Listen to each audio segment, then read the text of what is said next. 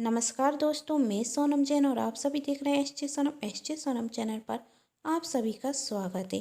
दोस्तों, आज मैं आप सभी के लिए अपने द्वारा लिखी गई कहानी लेकर आई हूँ, जिसका नाम है सुमित्रा जी की लालची तीन बहुएं। यदि आप सभी को यह कहानी पसंद आए तो चैनल को सब्सक्राइब कर दीजिएगा और हाँ, जो पास में बेल आइकन का बटन है उसे प्रेस करना बिल्कुल ना भूलें, क्योंकि उसी से मिलेंगी आप सभी को मेरी आने वाली हर कहानी की नोटिफिकेशन। कहानी पसंद आने पर वीडियो को भी लाइक कर दीजिएगा और हाँ, कहानी को अपनों के साथ शेयर करना बिल्कुल ना भूलें। तो चलिए कहानी शुरू करते हैं। सुमित्रा देवी शुरू से ही एक संयुक्त परिवार में रहती थी। वह स्वभाव से शांत और सरल थी। अब उनकी भी तीन बहुएं थीं। वह चाहती थी कि उनकी तीनों बहुएं एक साथ एक छत के नीचे रहें, जैसे वही रहा करती थीं जब उनकी नई नई शादी हुई थी। एक साथ रहने से बड़ी बड़ी समस्याएं भी छोटे में हल हो जाती है, ऐसा उनका मानना था। लेकिन उनकी तीनों बहुएं कामचोर और लालची थीं। छोटे छोटे काम पर उनकी लड़ाई होती रहती थी। वही तीनों एक साथ रहना छोड़ो, बात बात पर लड़ती रहती थीं और उन्होंने अपना काम दिनों के हिसाब से बांट लिया था। सुमित्रा देवी अपनी तीनों बहुओं से परेशान थी। घर में हर दिन लड़ाई झगड़ा होना उन्हें पसंद नहीं था। वह अपनी तीनों बहुओं को समझाती, दिनों के हिसाब से काम करती हो तो एक ही बहू पर पूरा काम का बोझ पड़ता है। यदि तुम तीनों हर दिन मिलजुल कर काम करोगी तो तुम्हें पता भी नहीं चलेगा काम कितनी आसानी से हो गया। लेकिन उनकी एक भी बहू उनकी नहीं सुनती थी। इसलिए सुमित्रा देवी ने सोच लिया था कि अब उनके तीनों बेटों की शादी तो हो ही गई है और उनकी पत्नियां भी आ गई हैं। घर की हर दिन की लड़ाई देखने से अच्छा है कि मैं तीर्थ पर जाकर रहूं और अपना धर्म ध्यान करूं।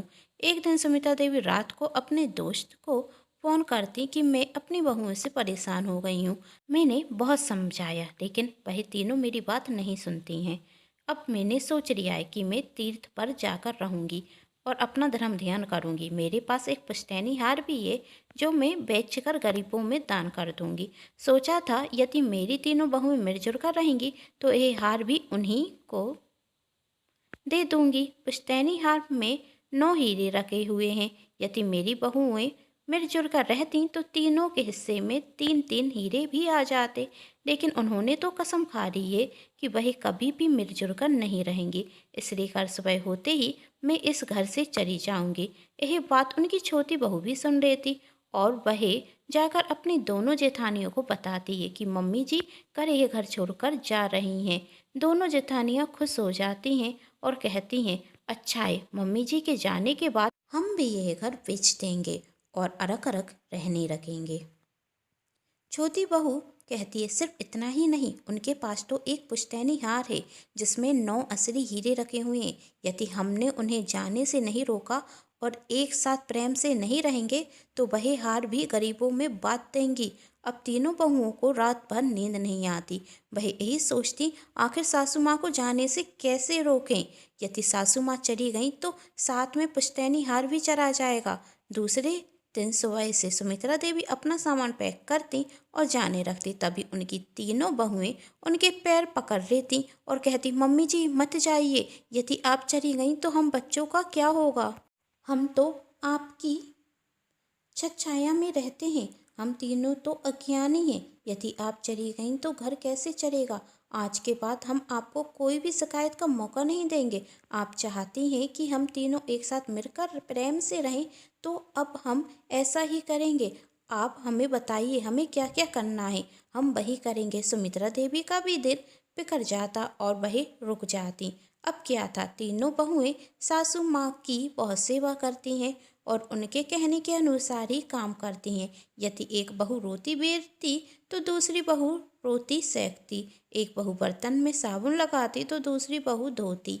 एक झाड़ू लगाती तो दूसरी पोछा लगाती थी। तीनों बहुएं रसोई का और घर का काम मिलजुल कर लेती थीं। बच्चों को भी एक ही साथ एक ही स्कूल में भेजा जाता था। यह सब सिर्फ सासू माँ को दिखाने के लिए हो रहा था। सच में तो मन में अभी भी तीनों के करवाती थी। एक दिन जब बड़ी बहू रोटी बेल रही थी तो मंजरी बहू रोटी सेक रही थी। मंजरी बहू से रोटी जल जाती तो बड़ी बहू उस पर चिल्लाती दोनों में झगड़ा शुरू होने ही वाला था, इतने में सासू माँ आ जाती और दोनों बहुओं के सुर बदल जाते। बड़ी बहू कहती, थोड़ी ध्यान से काम किया कर छोटी। चल कोई बात नहीं, दूसरी रोटी बनाते हैं। सुमित्रा देवी यह देखकर बहुत खुश थी कि उनकी बहुएं प्रेम से रहती हैं। उन्हें क्या पता था यह सब हार के लालच में हो रहा था। एक दिन सुमित्रा देवी अपनी सहेली के बेटे की शादी में 3-4 दिनों के लिए घर से बाहर जाती हैं। तभी उनकी दोनों बहुएं सुमित्रा देवी के कमरे में जाती हैं और हार ढूंढने रखती हैं, लेकिन उन्हें वह पुश्तैनी हार कहीं नहीं मिलता। उनकी दोनों बहू अपनी देवरानी से कहती है, तुम भी हार देखो, वरना सासू माँ आ जाएंगी तो किसी को कुछ नहीं मिलेगा और फिर हमें एक साथ एक ही घर में रहना पड़ेगा। सासू माँ की सेवा भी करनी पड़ेगी। हार मिल गया तो वह गरीबों को भी दान नहीं कर पाएंगी। तभी छोटी बहू कहती है, दीदी हार को ढूंढने की कोई ज़रूरत नहीं है, क्योंकि कोई हार है ही नहीं। मैंने आप दोनों से झूठ कहा था। दोनों छोटी बहू पर चिल्लाती हैं, तुमने आखिर ऐसा क्यों किया? छोटी बहू, मम्मी जी की खुशी के लिए। जब मैं उस रात मम्मी जी के कमरे में आई तो मैंने देखा मम्मी जी अपनी सहेली से बात कर रही हैं। मैंने बहुत कोशिश की कि मेरी तीनों बहू मिलजुल कर रहें, लेकिन वह तो मिलजुल कर रहती ही नहीं हैं। अब तो मेरा इस घर में मन भी नहीं रखता है। हर दिन लड़ाई और झगड़े देख देख कर थक चुकी हूँ। दोनों बड़ी बहू में लड़ाई होती थी, इसलिए छोटी बहू जॉइंट फैमिली से लेकर आई थी। सोचा था कम से कम वह तो आपस में मिलजुल कर रहेगी, लेकिन वह भी मेरी दोनों बड़ी बहुओं की तरह ही है। उसे तो कम से कम एक साथ रहने के फायदे पता होना चाहिए। छोटी बहू कहती है, सच तो यह है दीदी, जब मैं आई थी तो इस घर का रहन सहन मुझे भी बिल्कुल पसंद नहीं आया था, लेकिन मैंने सोचा मैं छोटी हूँ और कुछ बोलूँगी तो आप दोनों को अच्छा नहीं लगेगा, इसलिए मैं भी शांत रही। लेकिन जब मम्मी जी को इस तरह मैंने दुखी होते हुए देखा तो मुझे लगा मुझे कुछ करना चाहिए। मम्मी जी अपनी सहेली से कह रही थी, चलो तुम्हारे साथ कुछ दिनों के लिए तीर्थ क्षेत्र पर चलते हैं, इससे मन को शांति तो मिलेगी। तभी मेरे मन में पुश्तैनी हार का ख्याल आया। मैंने सोचा इसी बहाने हम तीनों मिलजुल कर रहेंगे और आप दोनों को भी एक साथ एक जॉइंट फैमिली की अहमियत समझ में आएगी।